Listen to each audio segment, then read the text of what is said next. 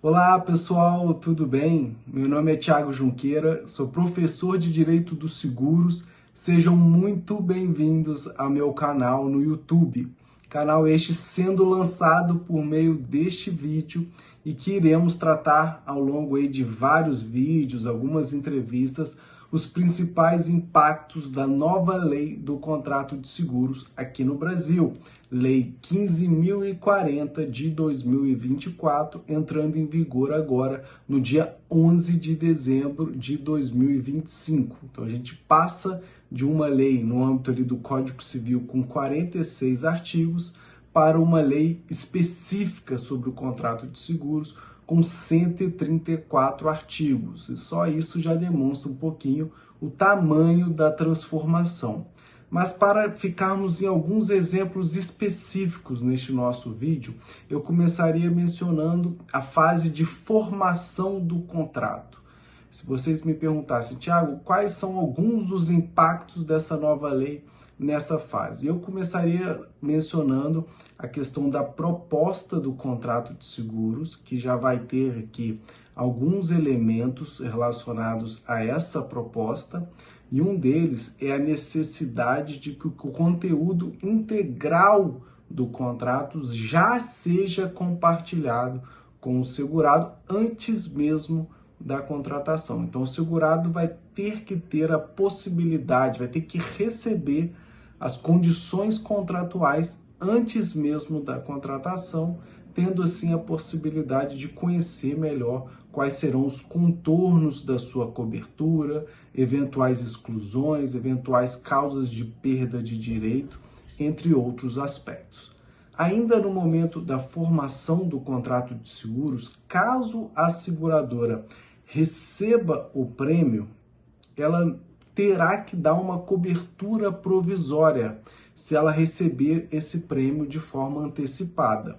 Ela até pode depois negar a proposta e, na verdade, esse contrato nem ser de fato concretizado, mas uma cobertura provisória ela vai ter que dar caso ela receba a antecipação do prêmio. Querem mais uma interessante alteração no momento da formação do contrato de seguros? É claro que eu mencionaria aqui a questão do dever de resposta no âmbito da contratação, no âmbito ali do questionário de avaliação de risco. Então, a partir de agora, a seguradora tem que apresentar um questionário de avaliação de risco, que geralmente é mencionado como DPS, Declaração Pessoal de Saúde, no âmbito do seguro de vida, em que o segurado vai ter apenas o direito, mas sim, ele tem o dever, melhor dizendo, de responder este questionário de forma adequada e completa. Então, a seguradora vai ter que ter muito mais cuidado na hora de formatar este questionário, de modo que depois, para o que haja o agravamento do risco, algo vai ter que ter sido perguntado pela seguradora também nesse momento da formação do contrato. Então, desde a fase pré-contratual, alguns dos impactos ao longo do contrato também já começam a nascer nessa fase ainda de proposta. E o último aspecto que eu gostaria de mencionar é em relação à recusa de contratação. A nova lei também trouxe um artigo falando da proibição de discriminação social, um artigo bem amplo e que vai dar muito pano aí para manga.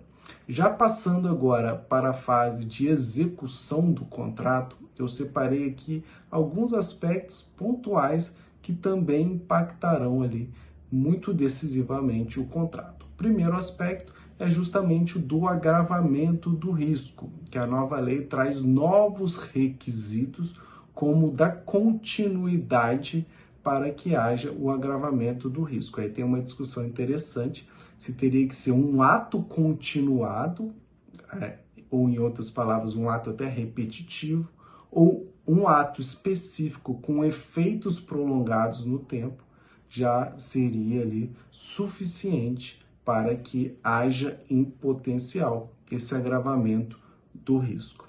Além disso, a lei traz aqui, introduz expressamente o requisito do nexo de causalidade no âmbito do agravamento do risco. Um outro aspecto, já avançando um pouquinho mais, é o do salvamento. O salvamento foi muito impactado pela nova lei. Por quê? Porque antes, o que a gente chama de salvamento, eventuais gastos que o segurado tem ali para tentar conter ou até mesmo evitar a ocorrência do sinistro, geralmente ele era abatido do limite máximo ali de indenização. Então vamos supor que tivesse ali uma cobertura de incêndio de R$1 milhão, se o segurado gastasse ali R$100 mil eventualmente para tentar evitar a propagação daquele fogo, ele teria direito ali falando de forma mais prática, R$900 mil da indenização em si, vamos supor que o dano seja até maior do que isso, e R$100 mil relativo ali à ideia de salvamento. Mas havia esse limite ali de R$1 milhão, eventualmente sendo aplicada uma franquia. O que a nova lei faz ela tira desse LMI o valor do salvamento e fala que se não for disposto qual que seria esse valor no contrato, seria equivalente a 20% da garantia daquele sinistro específico. Então, no âmbito do incêndio, seria, caso a seguradora não disponha de um valor, seja em porcentagem, seja especificamente em dinheiro, em uma quantia específica, seria o equivalente a R$1 milhão para a cobertura em si do sinistro, nesse seguro empresarial, por exemplo, mais R$200 mil de salvamento. É claro que as seguradoras estão ou trazendo um limite já nas condições contratuais de 5%, por exemplo, muitas delas estão fazendo isso até pela dificuldade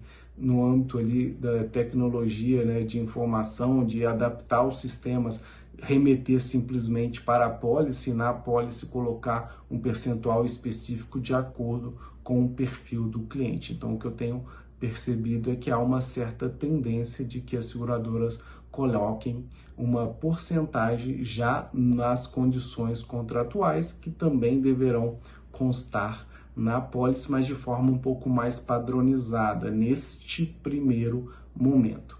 Uma discussão bastante relevante em relação ao salvamento é que a lei traz ali uma expressão de capital, então dando a ideia de capital segurado, dando uma ideia então que também nos seguros de vida e integridade física, como a lei chama ali os seguros tradicionalmente mencionados como de pessoa, haveria esse instituto do salvamento, o que vem causando aí bastante dúvida no mercado, uma vez que tradicionalmente aqui no Brasil não há esse tipo de cobertura, né, de salvamento no âmbito de seguro de pessoas. Então seria, por exemplo, um segurado que estivesse passando mal, eventualmente ele, sei lá, fosse para um melhor hospital, ou eventualmente até mesmo fretar ali um avião, um helicóptero, enfim, para que ele possa ser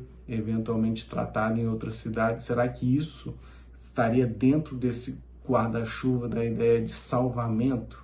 Então aqui tem muita discussão. A princípio eu acho que tem que ter uma aplicação bastante restritiva no âmbito de seguro de pessoa, uma vez que está até bem próxima também da ideia dos planos de saúde, que são regulados e fiscalizados pela ANS. Ainda no âmbito da execução do contrato de seguros, eu lembro aqui também com uma importância grande, talvez o coração da nova lei do contrato de seguros seja a fase de regulação de sinistro, que agora foi alterada de forma mais clara, foi bifurcada de forma mais clara entre as fases aqui de regulação e liquidação de sinistro. Então, na regulação de sinistro, a seguradora, por exemplo, recebe o aviso de sinistro e os documentos que vão acompanhar esse aviso para que ela possa regular o sinistro. Em outras palavras, analisar se tem ou não cobertura, ou eventualmente qual que seria ali o limite dessa cobertura, a franquia ou uma eventual causa de perda do direito. Então, basicamente, a seguradora analisa ali, o segurado pagou o prêmio, o que causou de fato o sinistro? Esse sinistro está dentro de uma cláusula de exclusão de risco? Ou seja, o segurado teve um comportamento, como por exemplo, ele mentiu no momento da contratação em relação a um aspecto relevante, ou ele mudou o seu comportamento ao longo do contrato e não avisou a seguradora, ou ele demorou a avisar o sinistro, isso trouxe um prejuízo para a seguradora. Isso tudo é analisado pelo regulador de sinistro, que pode ser uma pessoa da própria seguradora, um colaborador dela mesmo, ou um terceiro.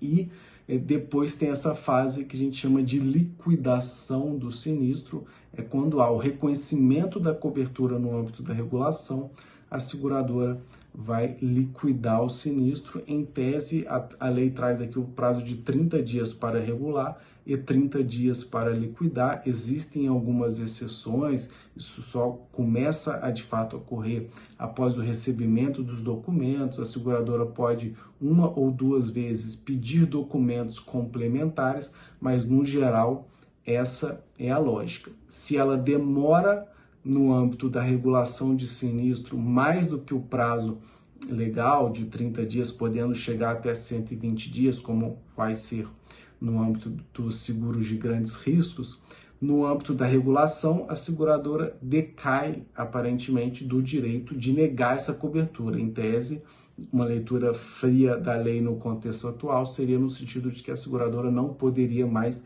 negar aquele sinistro, aquela cobertura.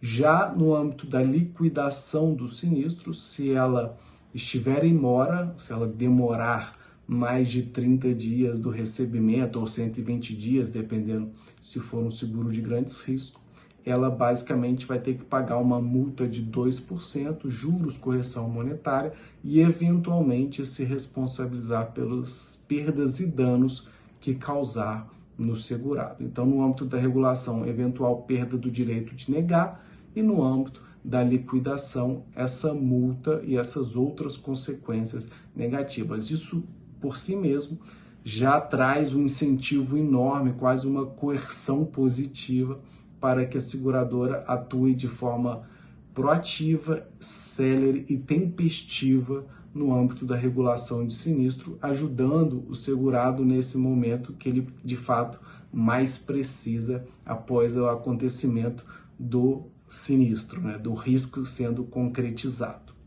Quais são alguns dos aspectos aqui interessantes de serem mencionados nesse breve vídeo aqui no YouTube? O primeiro aspecto é que a seguradora passa a, em regra, ter que compartilhar o relatório de regulação de sinistro, eventualmente também outros documentos, sindicância tem aqui uma discussão grande, eventualmente se tiver algum tipo de sigilo envolvido, como um advogado ou outras questões sigilosas, a seguradora não terá esse dever de compartilhar, mas no geral há esse dever sim. Ela não pode mais depois, em regra, inovar no motivo da recusa. Então a seguradora vai ter que fazer uma análise mais profunda do que está gerando essa negativa de cobertura, sendo que ela só vai poder inovar se houver um fato novo que ela não tinha tido conhecimento, ou um documento novo nesse sentido também. Aqui tem até uma discussão sobre uma perspectiva constitucional do direito à ampla defesa e ao contraditório. E, por fim, um outro aspecto também relevante no âmbito da regulação de sinistro é que o segurado passa, então, a ter essa perspectiva de ser informado pela seguradora de forma muito mais detalhada, não poder ser pego de surpresa depois por um outro motivo de negativa, bem como a seguradora, se ela reconhecer que ela tem cobertura, ainda que parcialmente, um dos aspectos daquele sinistro tenha cobertura, ela já vai ter que liquidar paralelamente ainda que só apenas esse aspecto específico que ela já tem, sem dúvida, esse conhecimento de que há cobertura. Então, essa atuação paralela entre regulação e liquidação é uma outra alteração bastante relevante aqui da lei do contrato de seguros. E, por fim, outro aspecto para trazer vários aspectos práticos para tentar ajudar a colega na visualização dessas mudanças práticas da lei do contrato de seguros, eu ressaltaria a prescrição. Tradicionalmente aqui no Brasil, a prescrição ela se iniciava do sinistro, se ela era suspensa durante o período de regulação de sinistro, depois voltava a correr ao fim dessa regulação. A prescrição tradicionalmente de 1 ano aqui no Brasil. O que a nova lei traz, em regra, a prescrição vai se iniciar apenas da negativa de cobertura da seguradora. Existiam alguns julgados do STJ nesse sentido, mas a nova lei traz aqui de forma mais robusta nas relações securitárias em geral. Existem algumas exceções, como, por exemplo, o prazo do terceiro, do beneficiário, que seria de 3 anos do fato gerador, mas, no geral, passa a ser da negativa da seguradora a contagem do prazo prescricional, o que acaba trazendo também uma importância maior para o aviso do sinistro por parte do segurado, porque se ele não avisa, a seguradora não regula e, eventualmente, aquela situação se torna, na prática, quase que imprescritível. Esses são alguns dos aspectos na fase de formação e da execução do contrato que são profundamente impactados pela nova lei do contrato de seguro. Se você é um executivo do mercado de seguros, um advogado ou um corretor e tem interesse em se aprofundar na nova lei do contrato de seguros, clique aqui embaixo e tem acesso a uma aula especial que eu preparei sobre esse tema.